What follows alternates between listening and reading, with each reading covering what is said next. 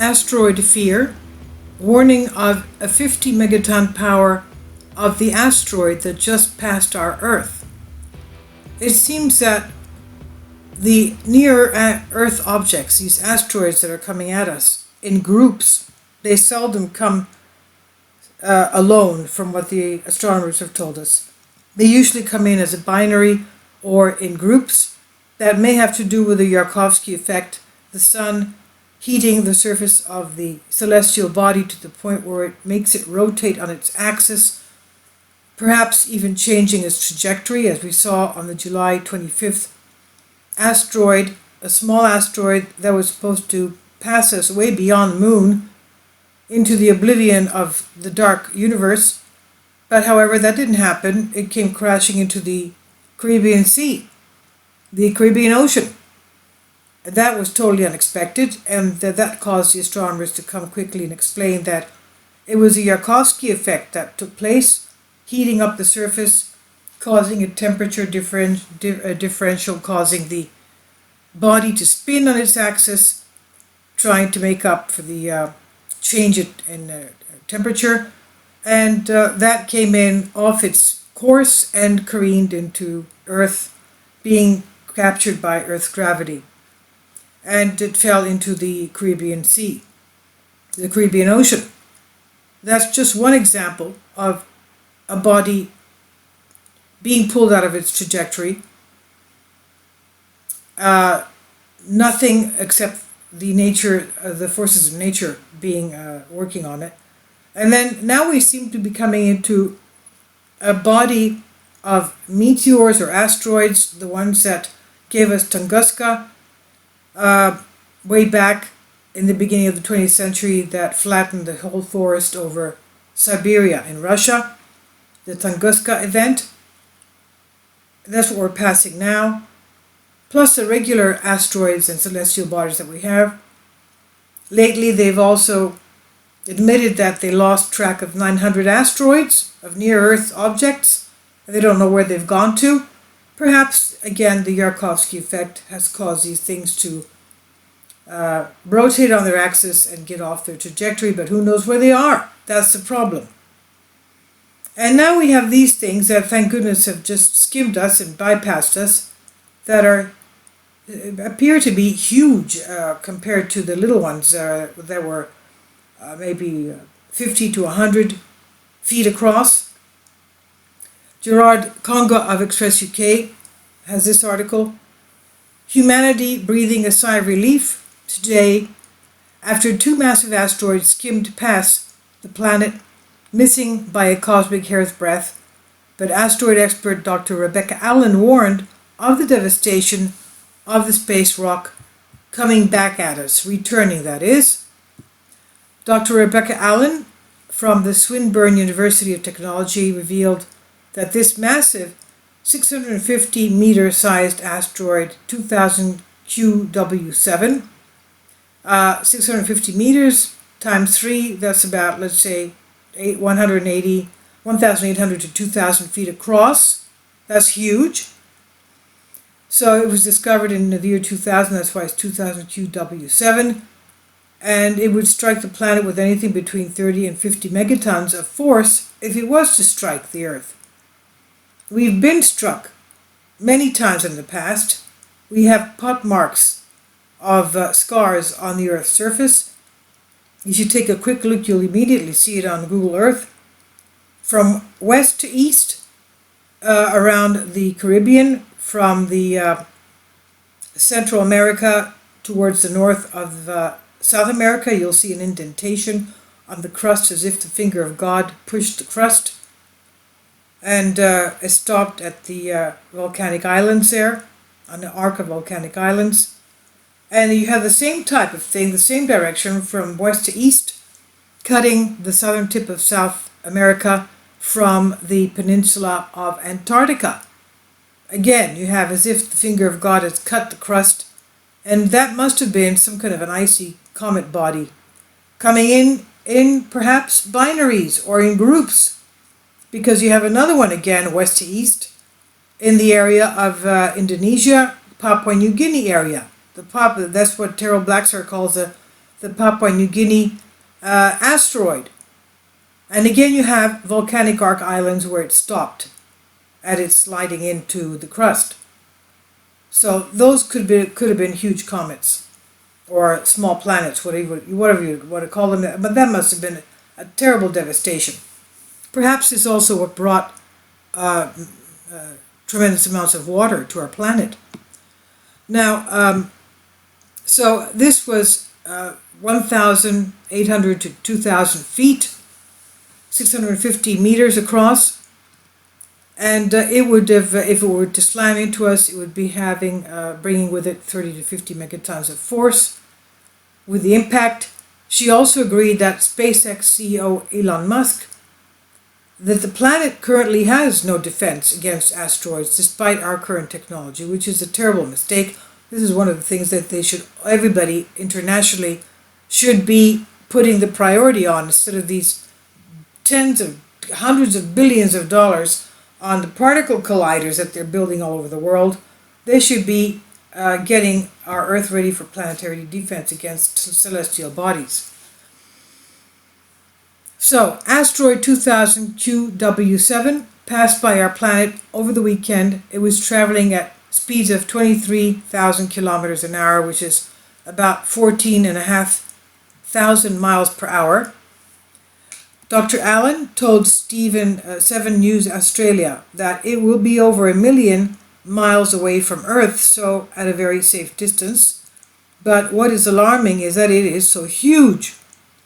These asteroids, which are 100 meters in size, at 300 feet across, are rarer than the ones that we've been talking about recently, which are tens of meters in size, or even smaller.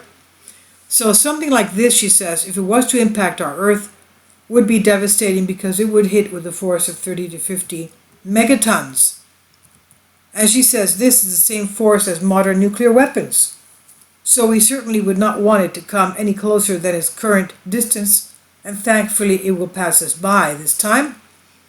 The news host then raised the point that billionaire CEO Elon Musk has recently warned that the world has no measures to defend against world-ending asteroids. He's talking about asteroid impact and all that it brings with it. And Dr. Allen said, I don't think that we are adequately prepared. It's because it's very difficult to understand just what it would take a very fast and very massive object. I think the best kind of approach that we have right now is to launch something and land it on the asteroid and just slowly, carefully try to adjust its trajectory. But that would be extremely challenging, even given the technology that we do have today. So I certainly think that if Elon Musk and SpaceX have their priorities and capabilities to launch all of these satellites, it would be wonderful to see some of that also going towards protecting our planet, end quote. Now, the asteroid 2000 QW7 rarely comes close to the Earth's orbit, but due to its destructive nature, NASA has insisted that the asteroid should not make contact with the planet. Okay, what does that mean? NASA insists we don't want this asteroid making contact with the planet. Okay, so what are you going to do about it? If it decides to careen into us and make contact, what can you possibly do? NASA and other space agencies, absolutely nothing. It last made a close pass by Earth September 2000, when it was first identified by scientists, and after the weekend it won't make another similar approach until the year 2038. Now the thing is, as you remember, the end of April, they had an asteroid drill. It was a desktop drill. It's a thing that takes place every 2 years, a different city every time. This time it took place, I think, somewhere in Maryland. And NASA and other space agencies got together, as well as scientists and government officials, FEMA and other agencies. And they tried to mitigate this supposedly coming asteroid. It basically was again in April of 2038, somewhere like that. And it was basically the size and time and year of the Apophis asteroid that's coming at us April 13th, Friday, April 13th at that time. And Apophis is the god of destruction, I don't know why they gave it that name, but they did. And they failed the test. They always fail. And this thing takes place every 2 years. They always fail the test. Something always goes wrong. And this time they supposedly found the asteroid and they sent up a space vehicle to nuke it. And they did successfully reach it because, these things are traveling at tens of thousands of miles an hour. And what happens if your spaceship loses contact and just misses contact with it? That's a problem too. Because it's going so fast. It's going like anywhere 10 to 20 times the speed of sound, hurtling through space. And anyway, supposedly this desktop exercise, they did get to it, they did nuke it, but a piece came off and hit New York City, causing chaos and destruction. And they did not forego it hitting Earth, and they had a terrible destruction in a major city. That was the tabletop exercise for this year. That's how that ended. And unfortunately, we still do not have planetary defense system, and these are real things.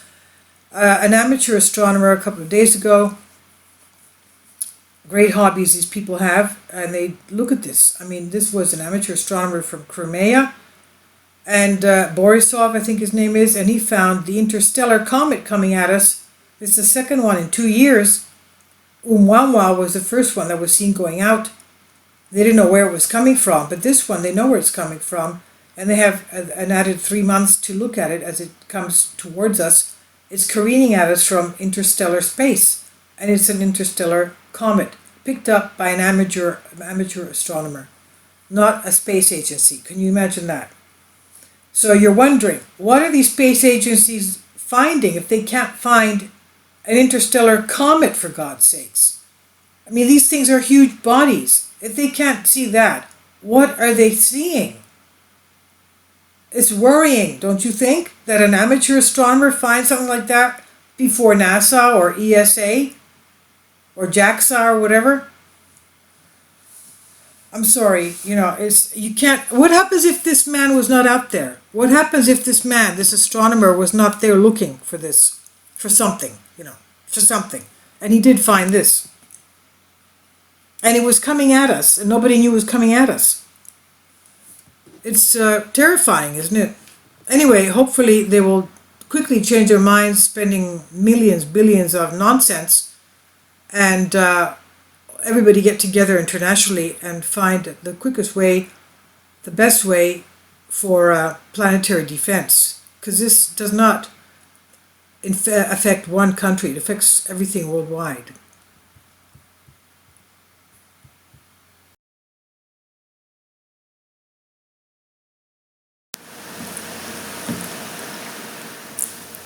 If you'd like to join me on my Patreon account, you will hear content not covered by mainstream media. These riveting stories will be based on my research, and I will state my opinions and give my personal insight on diverse and controversial subjects and world events not covered by mainstream media, and not supported by YouTube guidelines. So whatever I have on my Patreon, most of those will not be on my YouTube channel. Please consider becoming a member today. More of the most significant and important videos will be on my Patreon channel. Your support helps me to continue my research and keeps this YouTube channel alive. And we depend on your support, your generous charity, because we help economically challenged families here in Athens, Greece, in Kapota, and we also help the young generation with university tuition and the community around our church. Thank you.